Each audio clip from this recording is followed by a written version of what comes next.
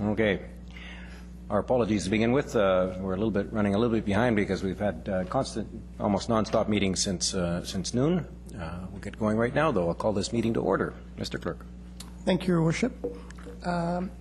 First item is a presentation. This pertains to the Environmental Achievement Awards, and we are here to recognize the recipients of these awards. Indeed we are. Tonight we're honoring the recipients of the 2012 Environmental Achievement Awards. Environmental Achievement Awards are an opportunity for the City of Coquitlam to recognize volunteers who have demonstrated an outstanding commitment to promoting, preserving, and enhancing Coquitlam's natural environment. The recipients of these awards excel in areas of conservation, public awareness, environmental education, habitat enhancement, and sustainable living. There are 4 categories of the awards, including Youth Individual, Youth Group, Adult Individual, and Adult Group. The award recipients were officially announced and honored June 9th during Environmental Week at Coquitlam's 9th Annual Environmental Achievement Awards, and I know that most of Council were able to join in acknowledging these winners that night. But we do want to publicly recognize our 2012 recipients again tonight at this public council meeting. Can we please have you stand when your name is announced if you're present? I know that some of them are able to be here tonight, but I know that the first group, I understand, is not able to join us tonight. It's the Pinetree Alpha Wolves from Pinetree Secondary in the youth group category. The Alpha Wolves are the main volunteer club at Pinetree Secondary. They started off volunteering at school events, but have expanded their volunteer work to the broader community and the environment. Some of their green initiatives include a litter cleanup at Lafarge Lake, spearheading an idle-free campaign at their school, and organizing a cell phone recycling campaign. So I do want to congratulate on behalf of Council the Alpha Wolves, although they weren't able to join us tonight. Next are the recipients of the Youth Individual Award. We had a tie this year, and I'd like to acknowledge both Victoria Wee and Jennifer Allett. And that's Jennifer.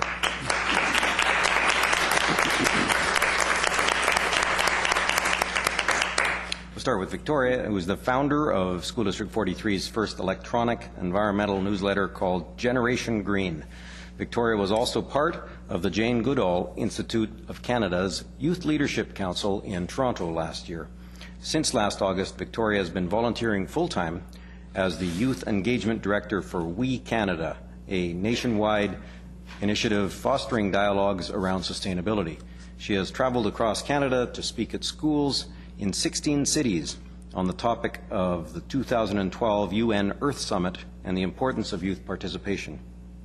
And Jennifer is the co-chair of the Glen Eagle Green Team and co-editor of Generation Green, an environmental newsletter for School District 43. I already said that, I believe. As part of the Glen Eagle Green Team, she has organized a reusable water bottle week, conducted a waste audit, and planned a sustainable waste management program for Glen Eagle Secondary.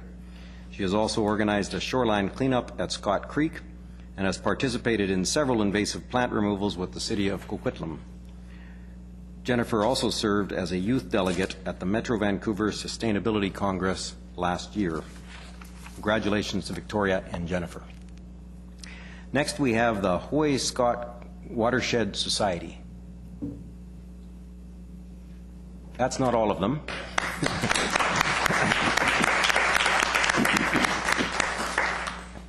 Technically you're supposed to stay standing, but I'll let you sit. They won the Adult Group Award. The Hoy Scott Watershed Society has operated a small salmon hatchery in Hoy Creek Park for over 14 years.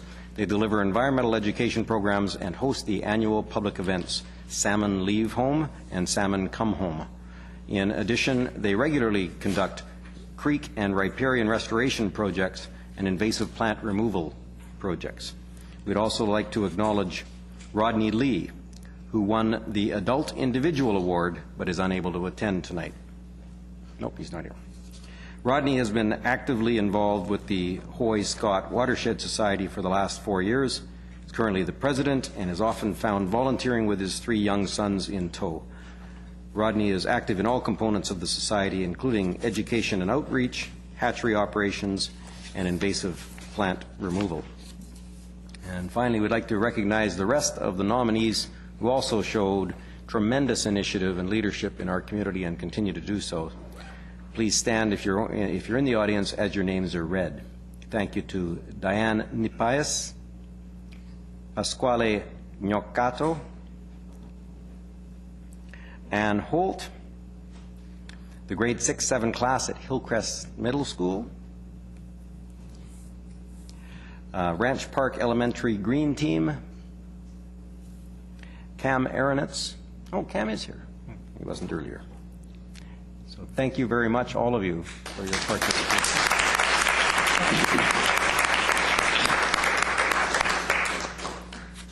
And we'd also like to thank the following volunteers who were unable to attend tonight. That's Millard Middle School Green Team, Teresa Roberts, Louise Allen, Stephanie Putzhammer.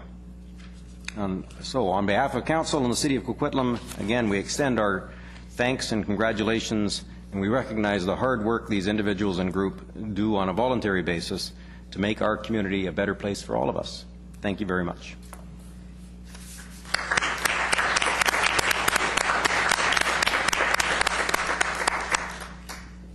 And the reward is there's a really interesting council meeting you get to sit through, if you like, but there is no obligation.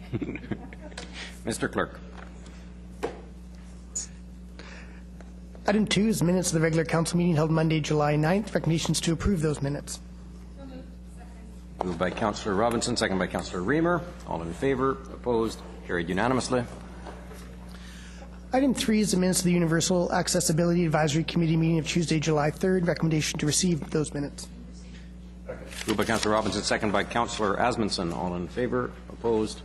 Carried unanimously. And item 4 is the minutes of the Multiculturalism Advisory Committee meeting of Wednesday, June 20th. Recommendation to receive. Moved by Chair Reamer, second by Councillor Asmundson. All in favor? Opposed? Carried unanimously. Moving on to reports of staff. Item 5 is a preliminary report on an application for zoning amendment bylaw 4306. This pertains to 707 Clarke Road. Recommendations that Council give first reading to City of Coquitlam zoning amendment bylaw 4306 and that bylaw 4306 be referred to public hearing. Second. Moved by Councillor Asmundson, second by Councillor Reamer, and we have Councillor O'Neill on the list. Yes. I'm in support of this, but I have a question about the process involved.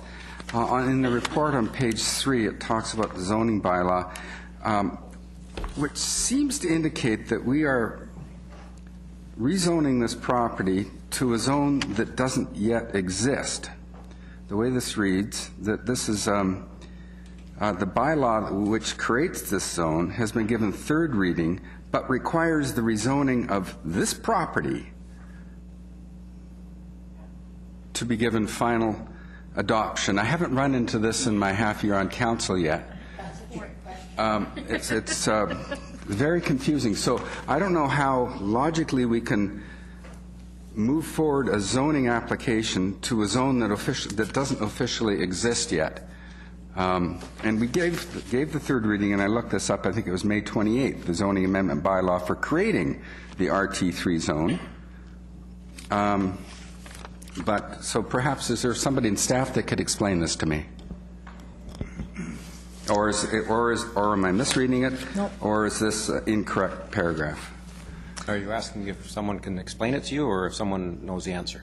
Well, whatever. Somebody on the back rows back there. Yes, Your Worship, I certainly take that question. No, Councillor O'Neill is absolutely correct. The zone that we've adopted, the RT3 zone that we are wanting to adopt, according to the Local Government Act, the zone cannot be adopted until there's a property on which that zone can be adopted on. As a result, what we've done is we brought forward the RT3 zone. It is being held at third reading, at which point, when we have the first project being rezoned to RT3, we will bring those concurrently forward at the same time. So, as you know, under the Housing Choices program, we've only had a number of projects which have proceeded. It's a relatively new program. There was one a few weeks back. This is the second one we're bringing forward. To us, it doesn't really matter which one goes forward first, but the first project that is ready to be finally adopted, it would be at that point which we would bring forward to Council the final adoption of RT3, concurrently with the final adoption for the first project. Okay, perfect. So they will merge at the end, and they'll march forward together. Thank you. Yeah, we don't create zones in theory. We only create them for practice. Got it. Thank you. Anybody else? None. All in favor? Opposed? Carried unanimously. Councillor Asmundson. Thank you, Your Worship. I'll have to step out on the next item as a perceived potential conflict. This is as close to my own property. Thank you. Oh, that's great. Okay. Next. Apparently, if he spills his coffee, it lands on this property, so it's pretty close. Item 6 is a preliminary report on application for zoning amendment bylaw 4329 for proposed subdivision at 3475 Darwin Avenue, 3466, 3468 Roxton Avenue. Recommendations that Council give first reading, save Coquitlam zoning amendment bylaw 4329 for these three properties, and that this bylaw be referred to public hearing. Moved by Councillor Reamer, seconded by Councillor Nicholson. Discussion, all in favor? Opposed? Carried unanimously. That one went a lot faster with Asmundson missing. We could leave him out.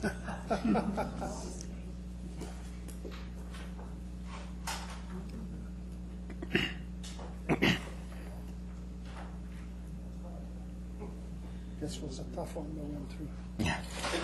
It's a close vote.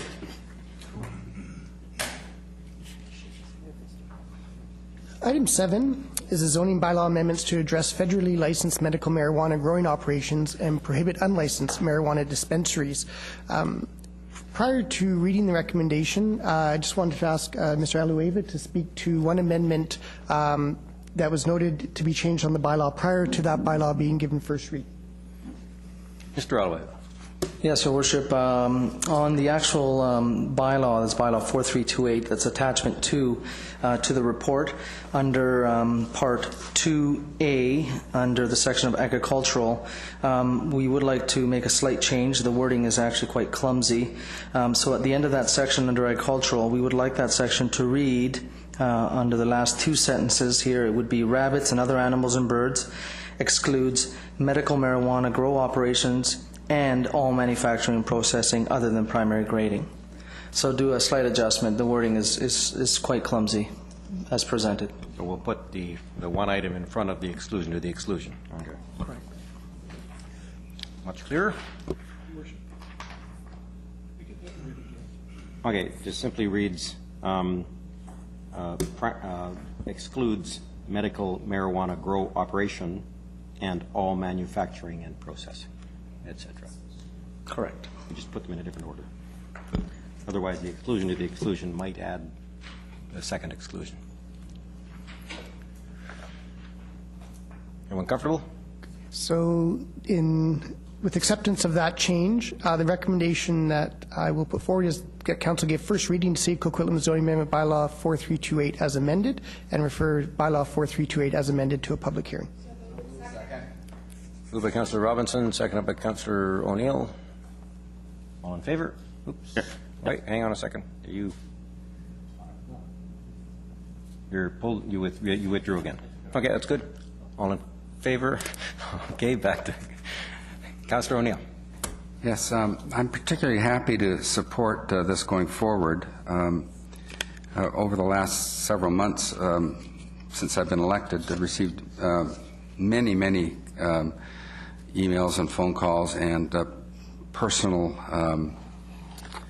communications regarding the problems associated with medical marijuana grow operations in residential areas. And then more recently, of course, we've got the issue of the marijuana dispensary in Millardville. So these are two issues that have come together. The longer lasting one was, of course, the grow operations in residential areas. And I'm happy to see that we're proposing that we would allow production only for personal use, which would my reading of the legislation allow for people to have still up to 25 plants in their residence, but that's regulated by the federal government, and it's really out of our power to restrict that. But everything beyond that seems to be associated with a business, and I think we can get into that area. And we've heard and we've seen evidence over the last several months, and in the research certainly that I've done, that there's all sorts of problems associated with the medical marijuana growing operations in residential areas specifically. A lot of them have to do with the way the federal law is drafted. Now, I think it's very important to note that the federal government is aware of these issues, and Health Canada specifically is aware of the issues. And a couple of months ago, a Health Canada official, Gary Holub, was quoted as saying that changes are in the works. We don't know when those changes will come, though. So this is why we're taking the action today. Gary Holub said that changes being drafted will ideally address many concerns with the current system, concerns being expressed by everyone from citizens to emergency crews. Taking production out of the hands of individuals in their homes and communities is aimed at reducing the, quote, risk to public health, safety, and security resulting from such productions. Continuing the quote, allowing individuals to grow marijuana for themselves has had unintended consequences that create risks to public health, safety, and security. Phasing out production of marijuana for medical purposes by individuals in their homes and communities would reduce risks. End of quote. So the federal government and Health Canada has acknowledged these risks and is taking steps that we do not know on what timetable to eliminate this sort of procedure from happening, or this sort of operation from happening. And in the meantime, I think it's important for us to go forward with the bylaw that we have. Now, the other situation that has come to our attention in recent weeks is the establishment of a marijuana dispensary in Millardville. It's been described as these things exist in sort of a legal gray zone, but I actually can't see anywhere in which there's any gray. I think it's very clear that these things, if they are doing what they say they are doing, and I have no evidence to support any suggestion that the particular dispensary in Coquitlam is doing these things. But generally speaking, that if somebody is selling marijuana without any sort of federal license from a storefront, it would seem to me that both the procurement of that marijuana would break a law, the storage of that marijuana would break the law, the selling of that marijuana would break the law, and the buying of that marijuana by a customer would break the law as well. So I think every aspect of it would, in a theoretical sense, be illegal. I can't see where there's really much gray involved at all. Now, I'm not prejudging what's going on in Millardville because I don't actually know what's happening. And of course, you know, I'm open-minded to find out more facts on this as we go forward, as I am on all bylaws before us on this sort of situation. So it's important for us to, I think in this instance, to take action as well, to support, I think, legitimate public concerns about potential illegal acts being committed. So I'm going to support this bylaw going ahead. Thank you very much. Okay, that's on the question of the bylaw going to a public hearing. To get public's perspective on it, Councillor Hodge. Yes, and like Councillor, I've had a lot of letters on this, particularly from residents who were concerned about one of these legal grow-ops in their community, and I look forward to this going to public hearing. I'll certainly have more to say after I've heard from the residents.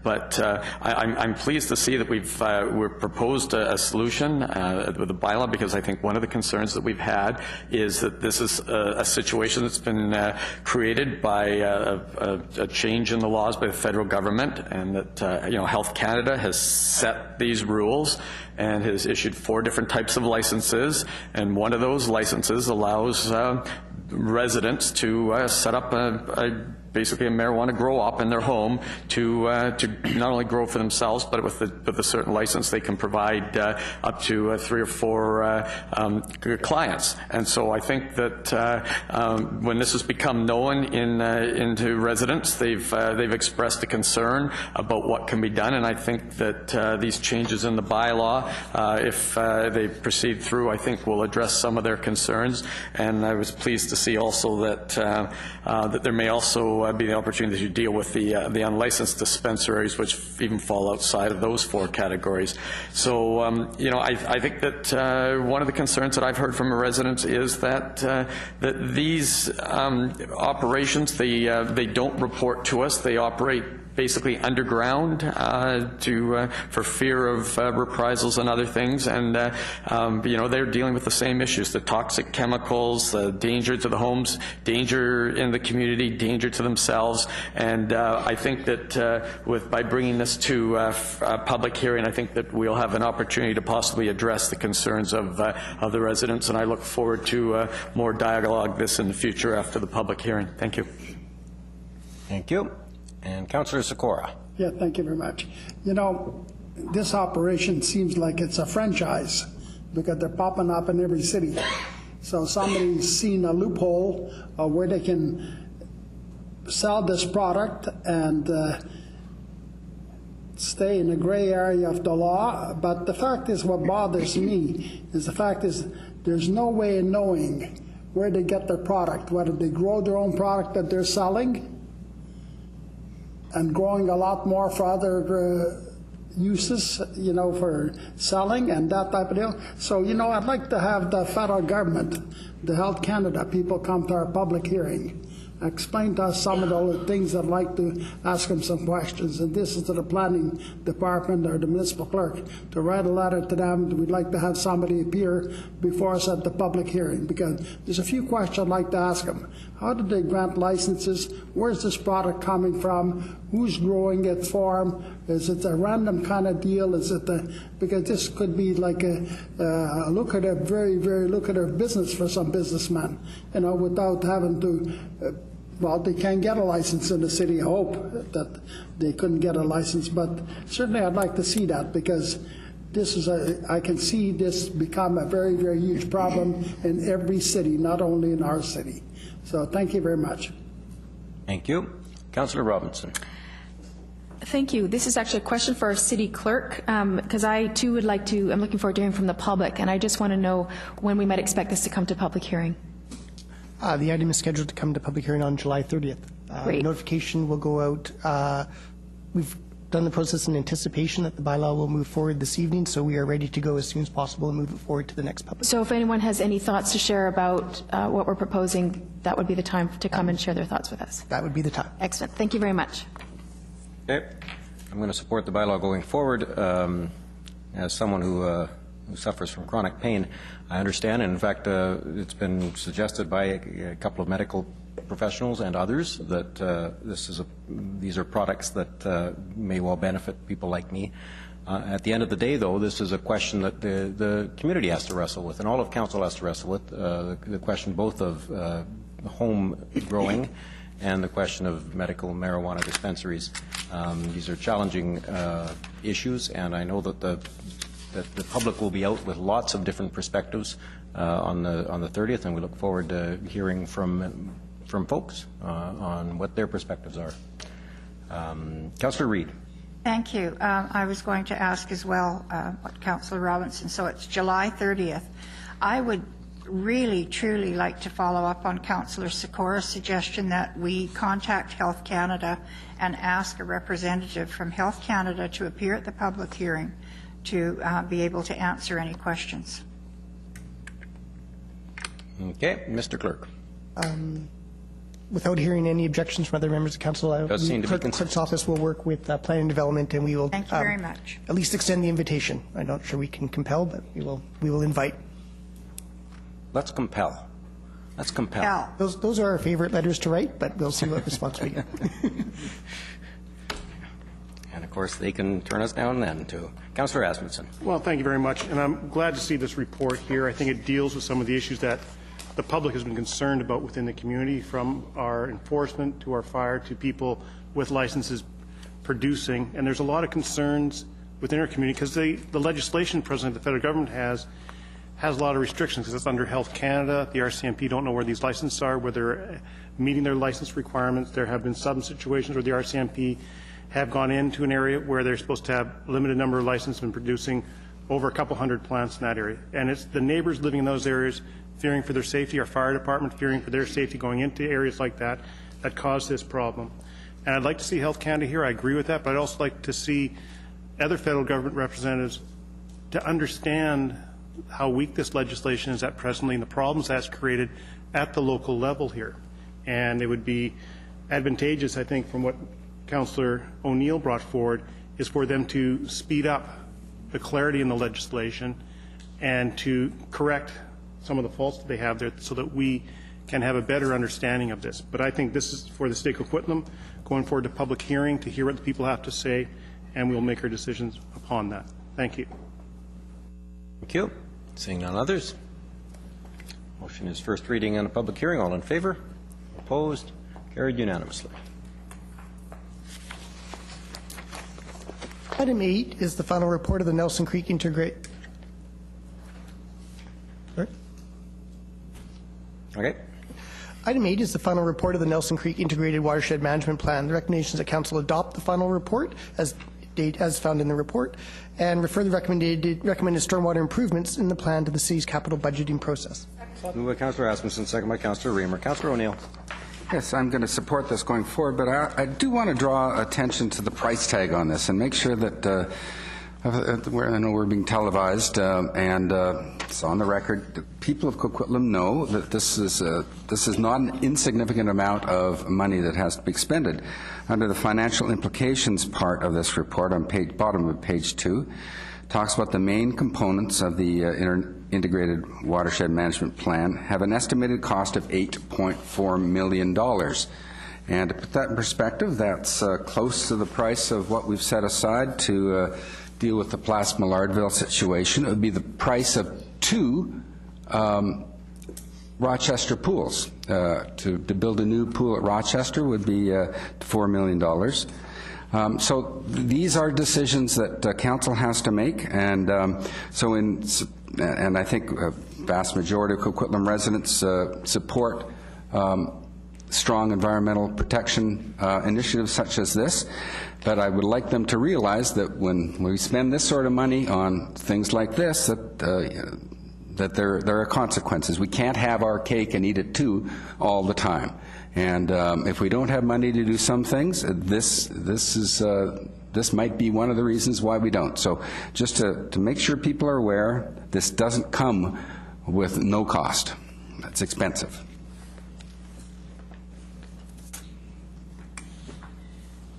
Councillor Robinson. Well, I'd actually like to hear from Mr. Susak about what this $8.4 million really does buy. Can you just... Mr. Susak. Thanks, Your Worship. This particular watershed is in a fairly heavy urbanized area. The intent of the money is to improve the health of the watershed, really using two or three essential techniques that we're using, for example, up in the Northeast. One is on-site rainwater retention. That would be basically carried out by developers. The major cost of this plan comes with replacing existing pipes. The replacement plan, we feel, would start in about 10 years or so. We would be installing new pipes. They are required anyway to upgrade for development. But we would also be spending money on what are called hydrodynamic separators, which are just large chambers to take the sediment out and take the grit out. Traditionally, these kinds of facilities were not a part of previous stormwater planning, and it is true that it is more expensive, but we are getting certainly better bang for the environmental buck, if you want to call it that, by installing those kinds of facilities. So larger pipes, replacement of existing infrastructure that has to be done anyway. It would all commence in about 10 years' time, we feel, but there's also some other features in that plan, like these sediment separators that will help out. That's where the money's going. So the pipes have to be replaced anyway. We're making them better quality, easier on the environment. We would have spent this money in the coming years anyhow. It's going to allow us, given that we're doing infill and density, it will allow us to accommodate growth and all those other things that we've been saying we want to do as a city. Aside from the environmental stuff, but all the other stuff, this would all need to be done anyhow. Is that right? These works would have to be done in order to accommodate a densified watershed area. From an asset management perspective, there's no doubt that eventually the pipes would have to need replacement, but there are certainly incremental expenses in some of the technology that we would be deploying. Right. And this is an area that actually is also very prone to flooding, if I recall. It's pretty challenged area in terms of management? This particular watershed has been known for some significant erosion problems, and that's one of the reasons why we think we need to have some bigger pipes, divert the flows away from these erosion areas. So it makes all good sense in terms of protecting our assets and protecting our citizens. That's aside from the environment. But I also wonder, given this challenged watershed, how does that fit with our current bylaws regarding tree retention and replacement? I would assume it's far cheaper to do that than it is to have to put in $8.4 million worth of pipes. That perhaps if we'd had better tree retention and replacement, that might actually serve us better. So I think that's all for me for this evening. Thank you. Fascinating comments. Councillor Reamer. Thank you. I just had a question, given that there was information in the report that indicated we did not receive any feedback sheets for the Nelson Creek watershed plan. And I'm assuming that that's because we held it in conjunction with the Maillardville neighborhood plan. Is that something that we normally do, or do we normally hold our other stormwater improvement plans separately? Your Worship, it sort of depends on the scale of the project, as well as what else is going on in that particular area. We felt it was important to take a look at allow the community who would be coming out anyway for a Maillardville planning process to engage them. So we just felt that it was probably a bigger sell, if you will, to put this into that particular process rather than have its own standalone. Right. Thank you. Thank you. My own questions. I see the report actually was quite specific about the breakdown between DCCs and drainage utility, which is specified as for replacement of aging infrastructure, and I wonder if it's possible under such circumstances, when we're spending a good amount of money, to be a little bit more, to identify it better so that we know how much of this cost is going to be incurred anyway, because it's aging infrastructure and has to be replaced. How much is it for the enhanced service that we're proposing? How much of it, the DCCs is required because we have to do that for the DCC bylaw, but it might help us understand a little bit more that certainly our infrastructure is aging, and in this case, by the sound of it, 2/3 of the cost is stuff we wouldn't be able to avoid, and so the value added is the element that we're really investing in the environment, and the other half or the other 2/3 we're investing in the next generation. Thanks, Your Worship. It's a good point. For this plan to be implemented, developers will be stepping up to the plate for almost $3 million of the 8.4. Okay, Councillor Hodge.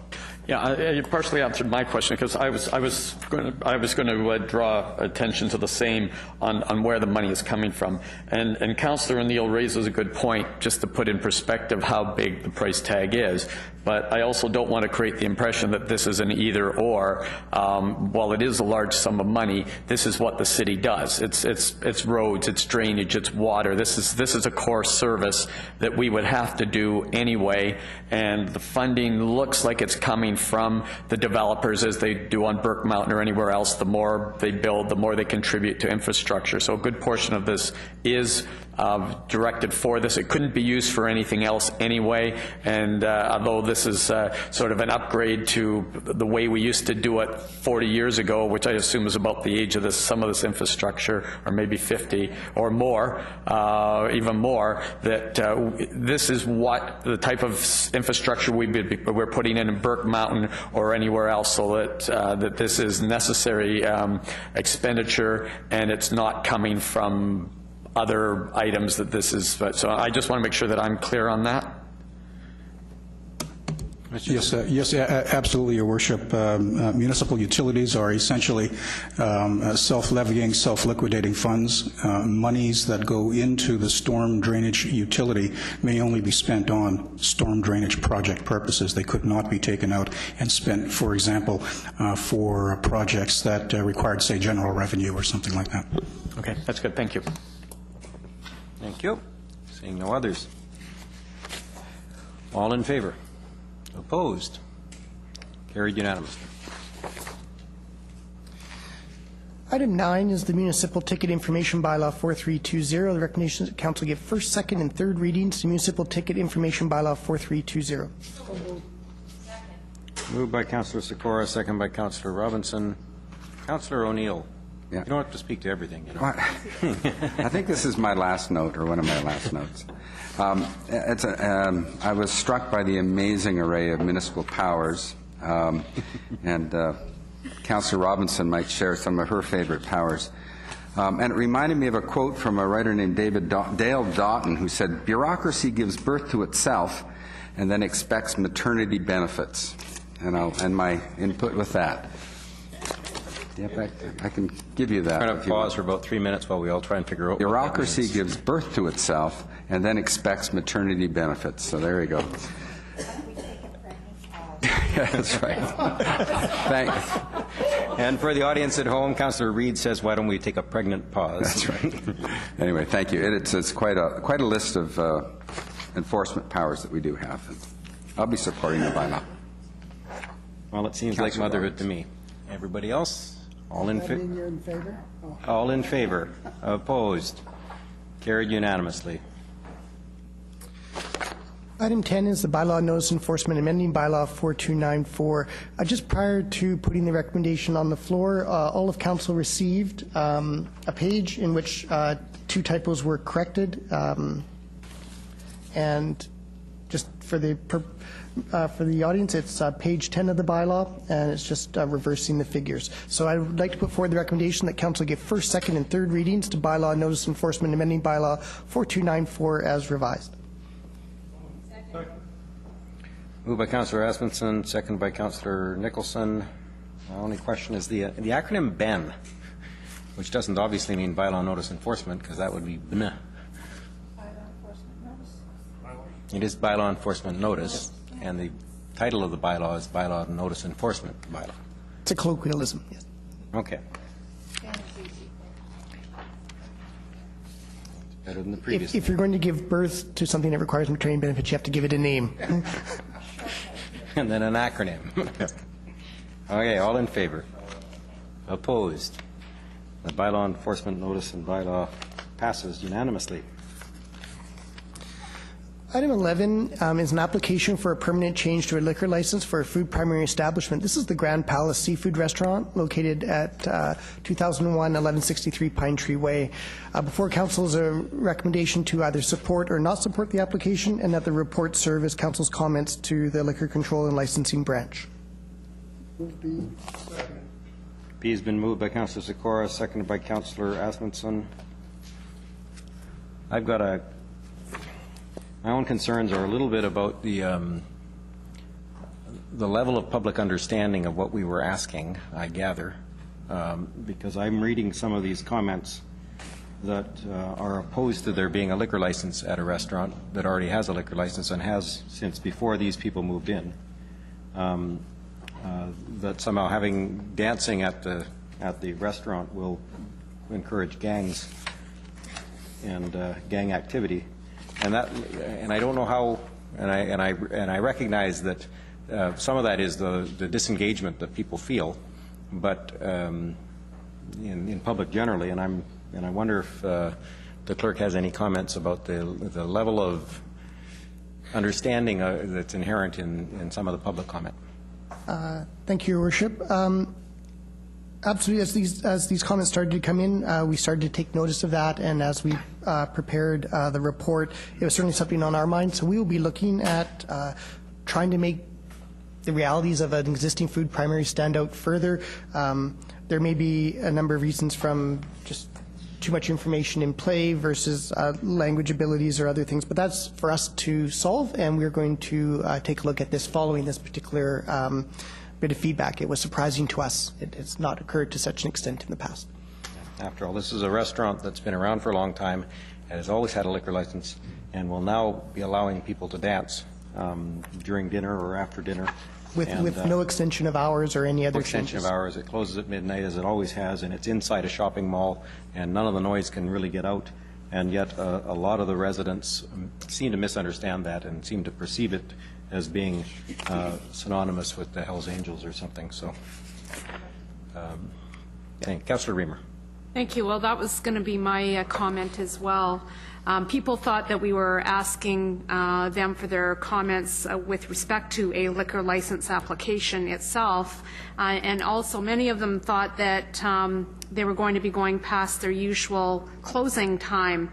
And so this does speak to the fact that many misunderstood the notice that we had put in the paper.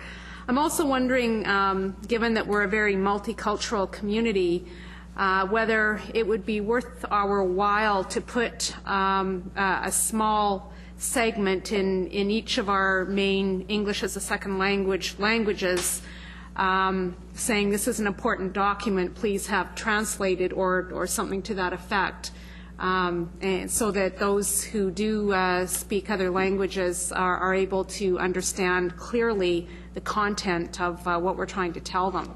Thank you. Okay. Motion is B. All in favor? Opposed? That motion carries unanimously. Item 12 is a notice of motion pertaining to parking permit program for people with disabilities. This notice of motion was introduced at the previous council meeting by moved by Councillor Sikora and seconded by Councillor Reid.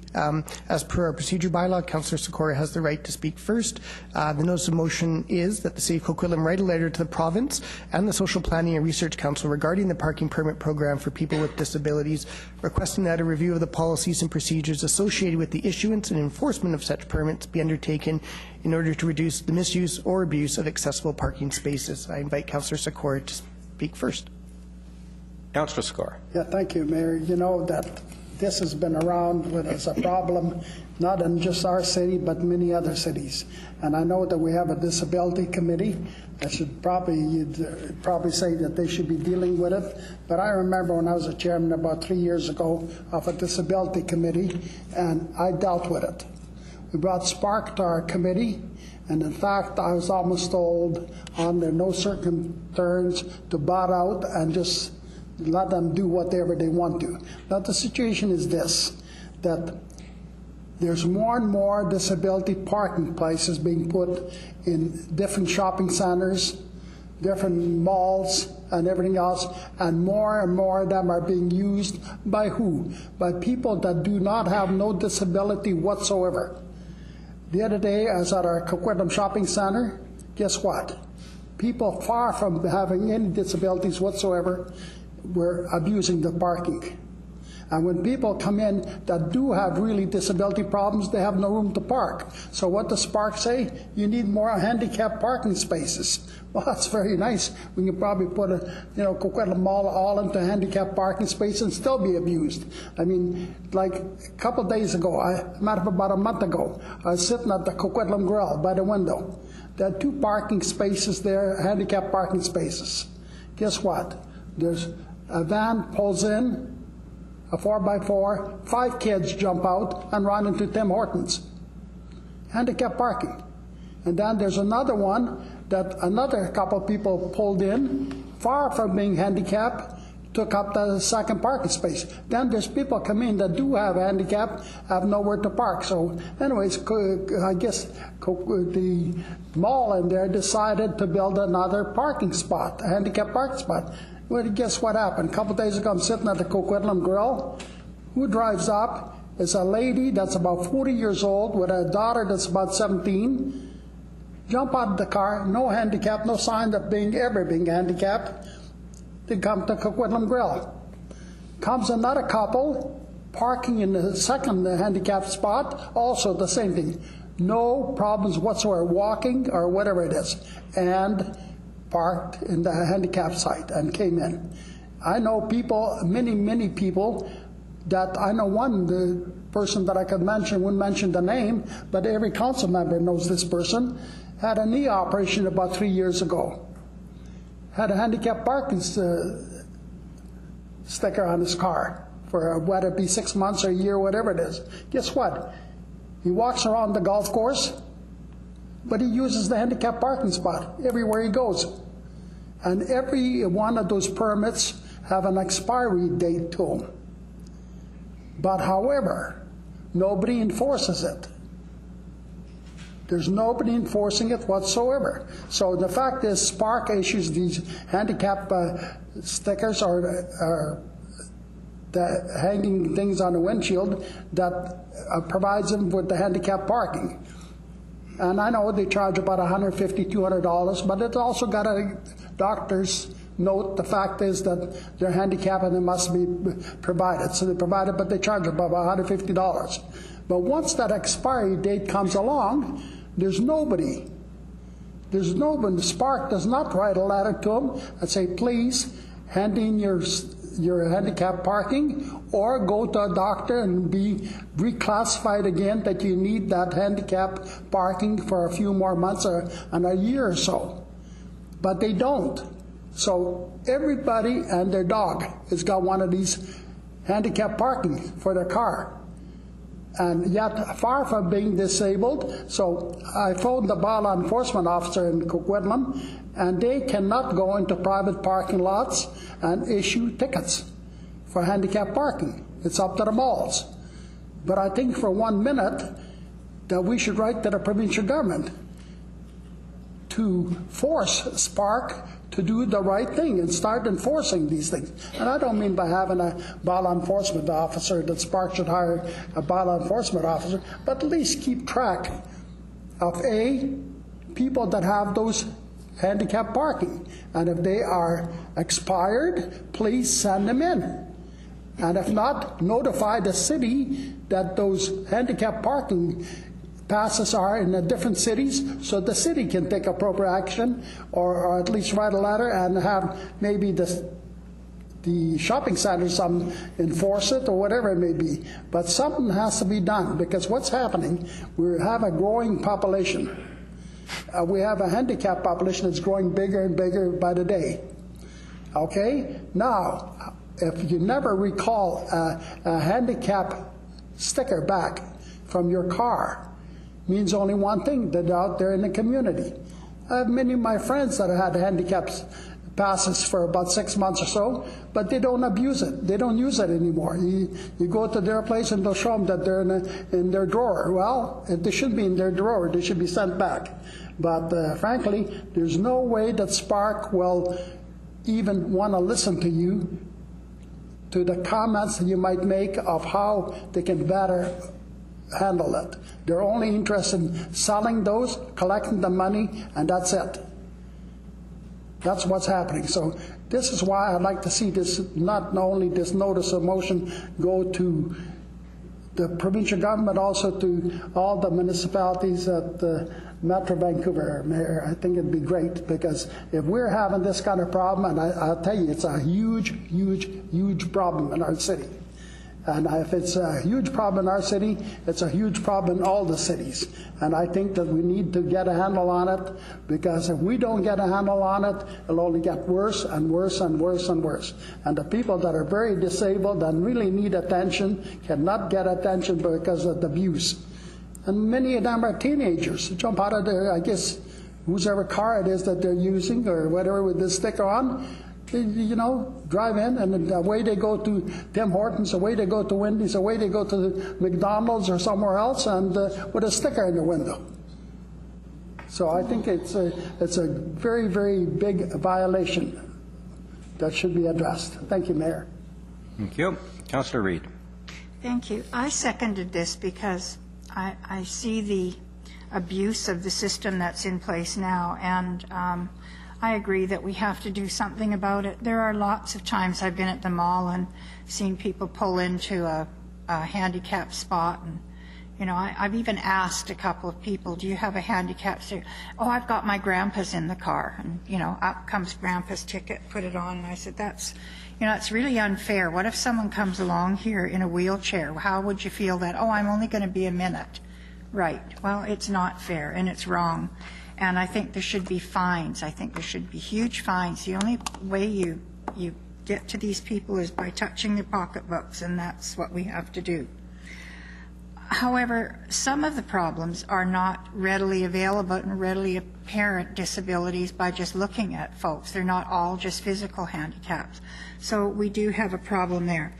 What I think we need to do is anyone who borrows a pass, I think if we can figure out a way to deal with it and fine them.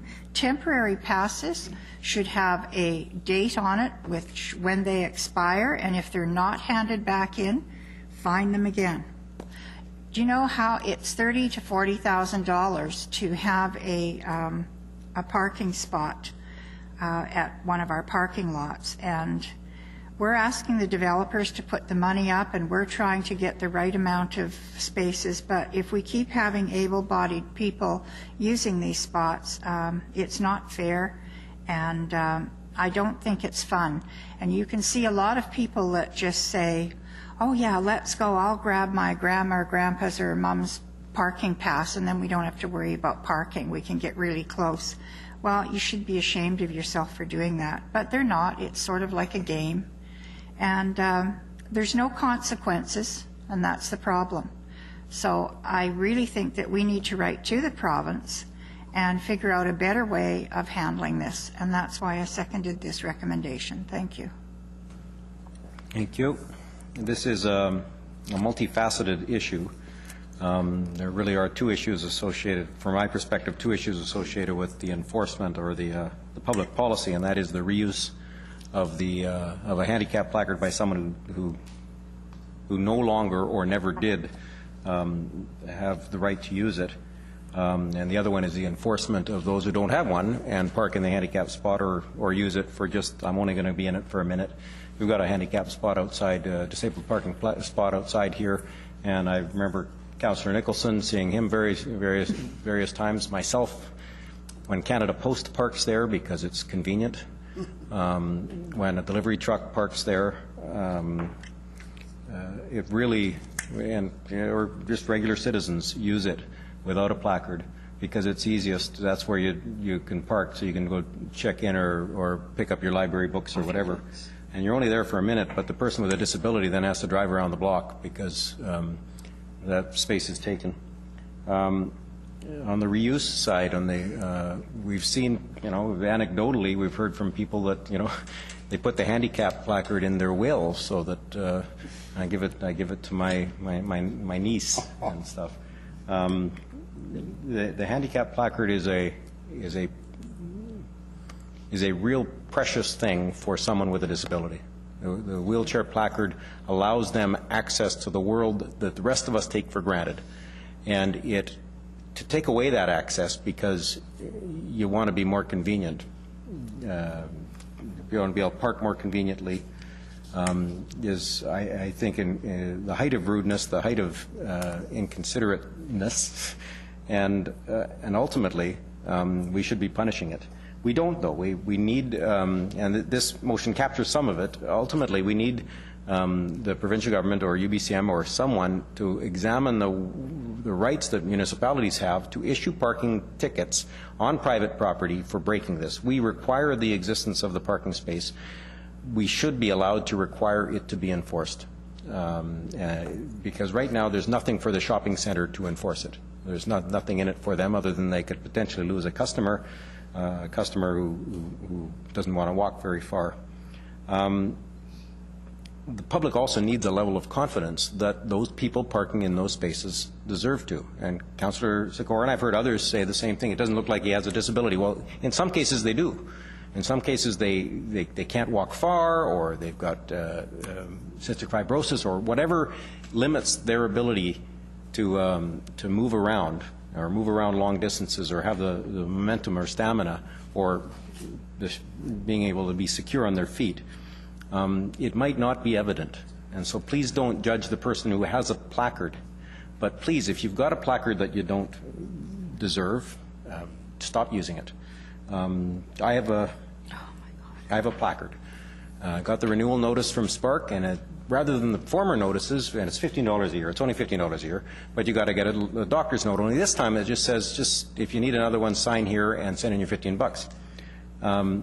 And I'm disappointed that there isn't that requirement that the doctor, that your family doctor approve it. It shouldn't be an automatic. It should be related to a physical disability that limits your ability to walk either all the time or in my case, sometimes, very occasionally. Because if we don't enforce that, we're going to end up having to add more disabled parking because our society is aging and because more and more people have more difficulties. We also have to find a solution for people who walk, who are disabled, not in a wheelchair, because we're continuing to require these wheelchair-wide spaces. For persons like me, for example, I don't want to park in a space that's 12 feet wide. I just want, on a bad day, a space that's somewhat near the entrance. Quite often we put the wheelchair spaces quite far from the entrance because that's where the ramp is. I can't, on a bad day, I can't use a ramp. I can only use stairs. And so we need to find a public policy solution for our aging society, our society that is going to be moving around, but many people are going to be moving around with fewer abilities. I'm going to give one little anecdote that tells how widespread this is. When just after the accident, my family was in Disneyland. I was being pushed around in a chair, and because of that, in Disneyland you get to the front of the line. So it's rampant that young people will rent a chair in a group, and as long as one person in the group is in a wheelchair, they get to the front of the line. Well, we're watching this two young ladies, one's pushing the other in a wheelchair, and then I guess she got tired, so she took the spot in the chair, and the other one started pushing her along, and we pointed it out to one of the Disneyland staff, and they were out. But it suggests that there's work to be done. I think we can do better than this. Councillor Robinson. Thank you. I thought I should wade into this a little bit, given that I am chair of the Universal Accessibility Advisory Committee. And I want to assure Councillor Sikora that this topic has come up again on this committee, and they would be certainly, I think, fine with us taking this action. But they would also chastise you for not recognizing that just because you're not in a wheelchair or not using a cane or a walker does not mean that you don't have some sort of disability. There are many people who have challenges with mobility and of walking long distances where you cannot see. So they might have cystic fibrosis or MS or some other disability that qualifies them completely for using an accessible parking spot, but you may not see the exact disability. So I think we need to be very careful when we start talking about who is using it, who isn't using it. But I do think that there would be lots of support for asking Spark to tighten up their requirements and to ask the province to find some sort of way that we can make sure that these accessible parking stalls are properly used. And having said that, I know that when our traffic management or our parking thing comes back to us for City Centre, there was certainly conversation around the table for making sure that we have public parking that is accessible in the city, so that if we're going to have meters, that there will be meters designated for accessible parking, and that there are programs out there for catching people without proper placards, that citizens can using their cell phones. There's some options out there that would allow people to take a picture of the license plate, a picture of the meter or the area where they're parked, and sending it directly to bylaws, and so they can actually participate in enforcing people improperly using accessible parking. So there are some things out there. It's just that we as a city don't have a lot of our spaces, our city land, that have accessible parking that make it worthwhile. Most of the accessible parking in the city is on private land, and that's the challenge, that we have no say in that, in making sure that those spots are reserved for those people who really do need it. So I suspect that the committee would feel very comfortable in supporting it. Thank you. Thank you. Councillor Sikora. Yeah, thank you. And when I appreciate what the council members are saying, truly. But the fact is that, you know what, when you see 4 teenagers running from a vehicle into Tim Hortons or some McDonald's or Wendy's or whatever it is, or you see 2 of them running that are 16, 17, 18 years old, 20 years old, certainly no handicap ever before. And, you know, I can tell the difference between someone who's may have a little handicap or may not. The fact is that these stickers have expiry date on them, every one of them. And I'm talking about the enforcement of those stickers that have expiry date. And all I'm saying that look, someone got a sticker for 6 months or a year, signed by their doctor. Okay? They go a year later and they feel that they're still not right. The doctor doesn't feel that they're right. The doctor gives them a note, gives them a note that this placard should be extended for another year or another 6 months. So be it. But you have literally hundreds of cars in British Columbia and in this community that have the placards have expired. And you can go out and look at the vehicle, and the placard has been expired for 2, 3 years, 4 years, but it's still in the windshield and abused by the people. So, you know, I mean, I understand what the council members are saying, and you're correct. The fact is that, you know, there's some handicap there that, you know, goes on that you cannot notice, or they cannot walk too far, whatever it is. But I'll tell you something, there's a huge, huge, huge abuse in our city, and if it's in our city, it's throughout British Columbia on handicap parking. And I know a lot of people that abuse it myself personally. And when you sit in a restaurant and see that the 3 spots are being taken out first thing in the morning, you know, and come in running into the restaurant or walking real fast, and then the handicapped people come by, there's no parking for them. So, Mayor, I appreciate your comments and other people's comments, other council members' comments, but I tell you something, we need to take the bull by the horns in here and really push on this one. And I'll see what happens in the next few months, and if I have to, I'll bring it up again. Thank you very much, Mayor. Thank you. Question is the notice motion. All in favor? Opposed? Council passes that unanimously. Actually, on that point, I wonder if I could make a comment to park staff, primarily park staff. We do have special occasions in our parks, Lafarge Lake, for example, which is a festival site. And on those occasions, the area that we need to be accessible, we need to have accessibility to, is often different from, say, at Evergreen Cultural Center. We're using the parking lot at Evergreen Cultural Center for some events that are in the park next door, and we don't have the wheelchair accessible spaces anywhere near the event space. And I wonder if it's possible, and we've brought it up before, to have a handicap or accessible designated parking spaces that are undesignatable. They're perhaps even the right conventional width, but can be locked closed so that it's a conventional space except when they're needed, either for large events when we need more than the 6 handicap spaces, or for when the event takes on a different location. The other one that is of concern to me is when Town Centre Stadium has an event of 5,000 people, we know that roughly 3% of the population will need spaces closer, and yet once those 6 parking spaces are gone, or at Spaney Pool for a swim meet, once the 3 parking spaces are gone, everybody else with a disability can have to walk 3 or 4 blocks, and sometimes that means they don't get to go to the event. So I wonder if it's possible for the really big events to have those spaces that are either temporary signs or else signs that are lockably closed or open with a hinged mechanism to allow them to be designated as wheelchair accessible spaces for overflow events. Ms. McKay. Perhaps I'll start, and then I know that the Universal Accessibility Committee has also been discussing this because, Your Worship, you raise a very important point that does relate to event planning and having a good transportation and parking plan that's customized for the wide variety of events that come into our public spaces. And it is a challenge in working with all of our event planners that approach the city with these events to encourage them to have a comprehensive transportation and parking plan with their event, and to look to see how our sites can be flexible to accommodate those various needs.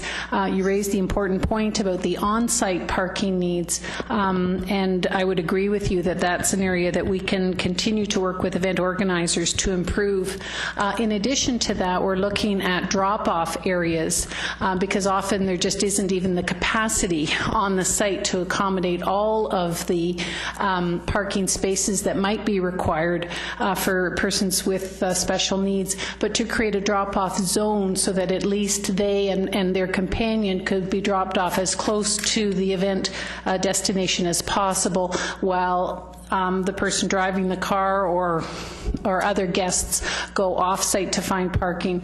But I appreciate you raising the issue, and we want to continue to work with the Universal Accessibility Council to find as many creative approaches as we can on that issue. And I believe the chair of the committee perhaps wants to add.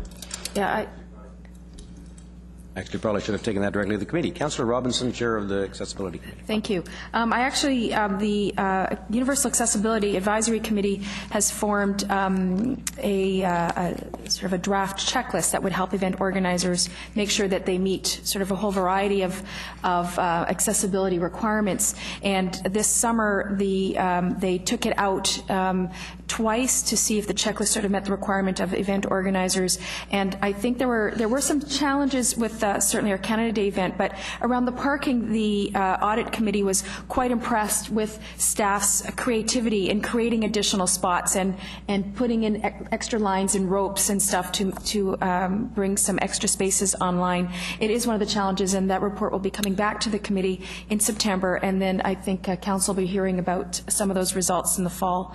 It's one that's on the radar for the Universal Accessibility Advisory Committee. Outstanding. Thank you very much. Thank you, Council. Mr. Rook. Next item, item 13, pertains to the Metro Vancouver Board and Brief. This is for their meeting of June 29th. Our representatives are available to respond to questions, and the recommendation is that Council receive the brief for information. So moved. Moved by Councillor Remer, seconded by Councillor Nicholson. Councillor Asmussen. Thank you. Just on the Board and Brief, the first item is the international political conferences by board members. There's 4 of them, one going to Australia, Senegal, Italy, New York City. Pretty good travel itinerary, I'd say. And my concern is that... Business class? Yeah.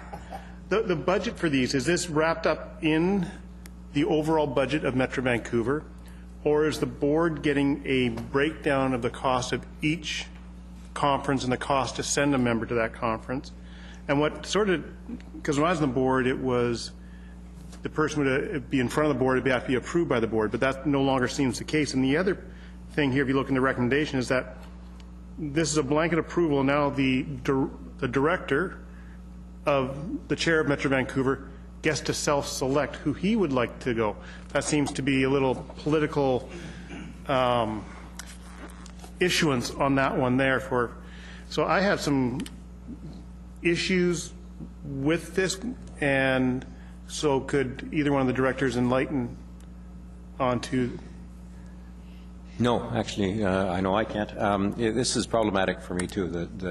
This ought to be the board. I think these aren't enormous numbers in terms of the enormous number of dollars that Metro Vancouver spends annually. Their budget is much is very significant, and these are very small items, but nonetheless, they're more problematic.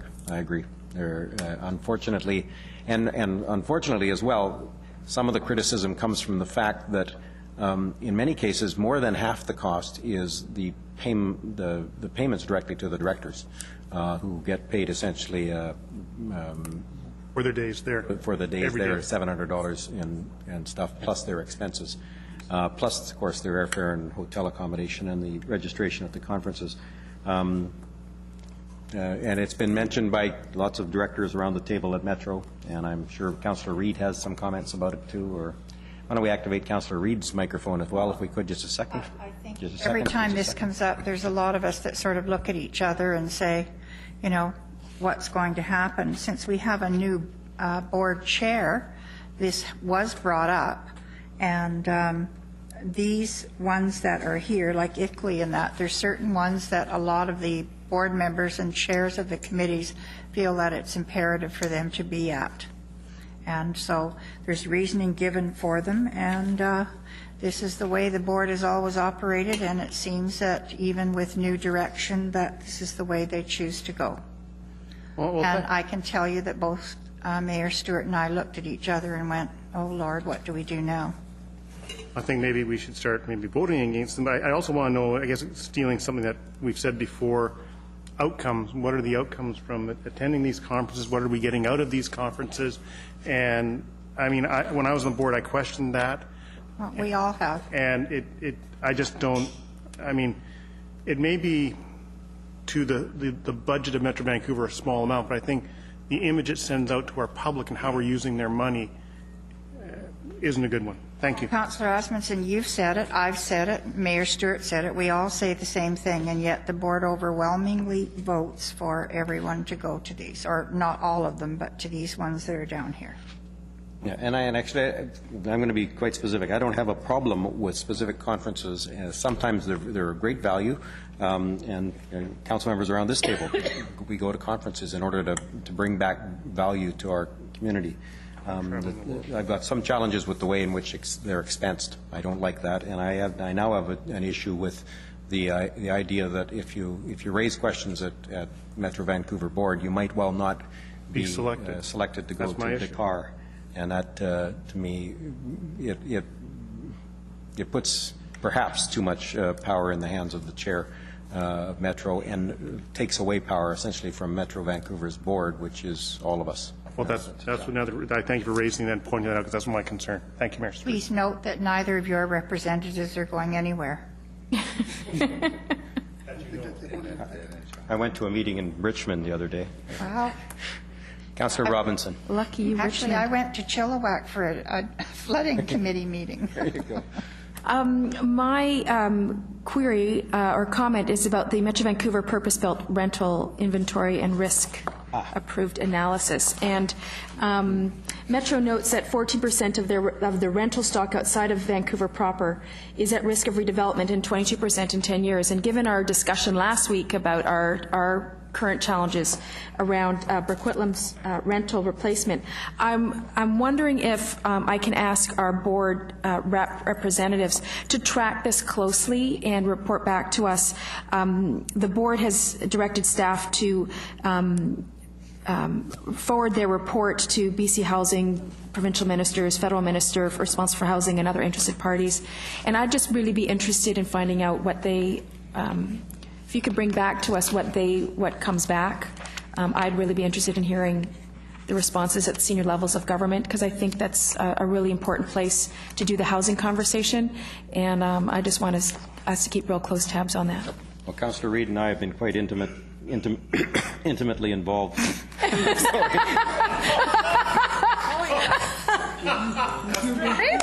you repeat that slowly? Can you say that again? Was it you? You don't remember? You're forgetful, Richard. Try this again. Councillor Reid and I have been quite intimately involved in the housing portfolio. She as the rep last year, and me as the rep in past years, and me as the current rep on the housing committee. And this one comes before the committee at every meeting. In fact, oddly enough, the number is understated, of course, because none of the housing in Coquitlam is listed as at risk of redevelopment, and it's because of the way in which they've calculated based on values, property values, and assessed values of the building versus land sorts of calculations, without recognizing that we have some that are near SkyTrain, for example. So we have some reason for concern about how they do this, as well as there's some aging stock on the purpose-built rental, as well as on the housing corporation's own stock, and that was in the paper recently. I know Councillor Reid probably has some similar comments. Well, years ago, when this housing stock was built, of course, the federal government had lots of incentives for builders to build purpose-built housing. And we have been trying in the Housing Committee up till this past year to get the federal government and the province to, kick in some kind of programs. There was MERBs and blurbs and all kinds of things back in the 80s and 90s to do this, but it hasn't. So I know Don Littleford, who's the manager of housing down there. He and I have had many talks about how to do this, and I think you and I, Councillor Robinson, have had talks about doing it. And one of the things that we have now, and it's a way of rebuilding on a site that has an old 4-story frame or a 3-story frame, wherever you are, you can take it down now and you could build 10 stories. But if a developer comes along and wants to do that, then he can replace the rental stock and he can use the rest for market or for holding or whatever he wants to do. But I think we all in the whole Lower Mainland have to hold to our guns here, and when people want to redevelop, we have to replace the rental component of it. And I believe when we had our meeting with Minister Coleman, he also had been talking about how expensive it is to go and build purpose-built now. But that doesn't mean that BC Housing or that these are all affordable or subsidized housing for Metro. That doesn't mean to say that they can't come along and buy 30 or 40 suites in a market building and buy a group of suites or 10 suites here and 10 suites there to replace their housing. I mean, there's lots of ways to do it. There was a report out. I do have a copy of it. And I'll try and get another copy and bring it. And the other thing, Your Worship, seeing as Councillor Robinson brought this up, I would like to, we need to have a talk in here on one of our Wednesdays about affordable housing and rental housing and stuff like that. And I would like to invite Don Littleford to come out to join Raoul and Jim McIntyre and discuss the whole gamut of it, because I think it's really a worthwhile conversation for everybody. It gives you a broad look at what the ranges are and the different types of housing that we need. Thank you. Thank you, dear. I mean, Councillor Reid. Somebody put something in your cornflakes this morning, I think. Speaking of something in his cornflakes, Councillor Sikora. Yeah, thank you very much. I was a chair of the Metro Vancouver Housing for 5 years until I went to Ottawa and had to resign from being chair. So, I mean, there's many things are happening in rental housing. The one thing that I must say is the fact is it's not as simple as we think so, that somehow the developer can come in, build a 10-story building and have 40 suites in there for rental, low-cost rental, and the rest of them at market housing. It's just not going to work. And I've said this over and over and over again. It's just not going to work. The fact is because when you build a 10-story building, let's say half of it would be low affordable housing, and the other ones are full-fledged housing prices, there's a maintenance fee. For instance, where I live, I have a house, but I don't live in it. I choose to live in an apartment that's not a high-rise, but we have maintenance fees. Our maintenance fees are $325 a month. Okay, but that's very good, because I'll tell you what, we have a great big contingency fund. We have just under $1 million in the contingency fund. So it's well managed, well run, and it looks like a brand new building. But the fact is, here's the situation, that if you pay the maintenance fees and you rent the units, How can you rent them for $300-400 a month when your maintenance fees? You think the other people are not going to scream? How are you going to differentiate from one or the other? Or let's say there's a leaky roof and it's $1 million to replace a leaky roof. Right away, every unit in that apartment is paying $15,000 or $10,000 right away to replace the roof. How are you going to do it with the rental units? Who's going to pay that? The person who owns the rental unit. It's just not going to happen. And I'm trying to. I know, but the May, I'll tell you right now that we're dreaming and we think that we can do so. But anyways, on Councillor Edmondson's comments, I think it's a very, very good comments that he's made. You know, not only that these people go to the famous places of Hawaii for a convention to Hawaii, you know, and not only that, if you fly for more than 4 hours, it has to be business class. That's the policy they have. It has to be business class that these people fly on. See? And not only that, their council members or mayors from different cities, their salary continues from the municipality or the city, but yet when they're going away on a convention, they get the per diem of $700 a month besides. Indeed. So double dipping. The biggest double dipping in the world. And yet, I don't know why it is that the board of directors don't all get together and say, hold it, enough is enough. It's time we stop this. At least there should be, somebody should bring it up around the table saying, this is just crazy what's happening, and have a good discussion.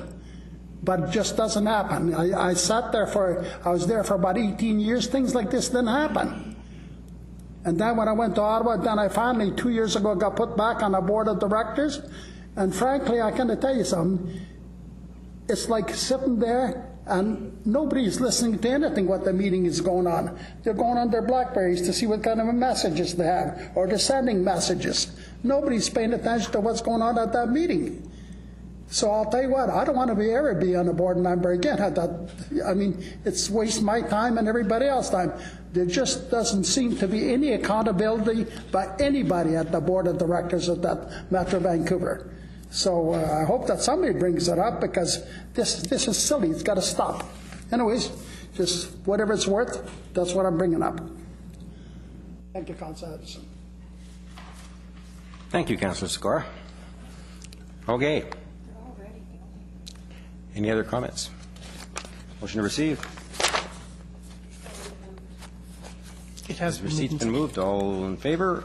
Opposed? Carried unanimously. And with that, despite the fact that this council has dealt with watershed management and accessible parking and even marijuana, we were unanimous again tonight on all items. Be still my heart, indeed. Mr. Clerk, you watch. Someone's going to vote against adjournment. Councillor O'Neill. Yes, I have a notice of motion. Is this the right time to introduce it? I've read it. No, this isn't the right time. No. Yes, go ahead. Okay. The notice of motion is a measure to encourage voter turnout. I moved it, and Councillor Reamer has seconded it. It reads, whereas councils have repeatedly expressed concern over low rates of voter turnout in municipal elections, and whereas the Local Government Act currently allows only an 8-week period for the public to inspect a list of registered voters who cast ballots in an election, therefore be it resolved that the provincial government amend the necessary legislation to allow the publication, both online and in printed form, and the distribution of a list of the names of all registered voters who cast a ballot in a municipal election, with the intention that registered voters would respond positively to the knowledge that such a list would be published by voting in large numbers, and that Council forward a letter to the provincial government requesting the said amendments. Therefore, be it further resolved that this resolution be submitted to the Lower Mainland Local Government Association for its consideration and support at its annual meeting, and request that it be forwarded by the LMLGA to the Union of BC Municipalities for consideration at their 2013 annual convention. Moved by me, seconded by Councillor Reamer.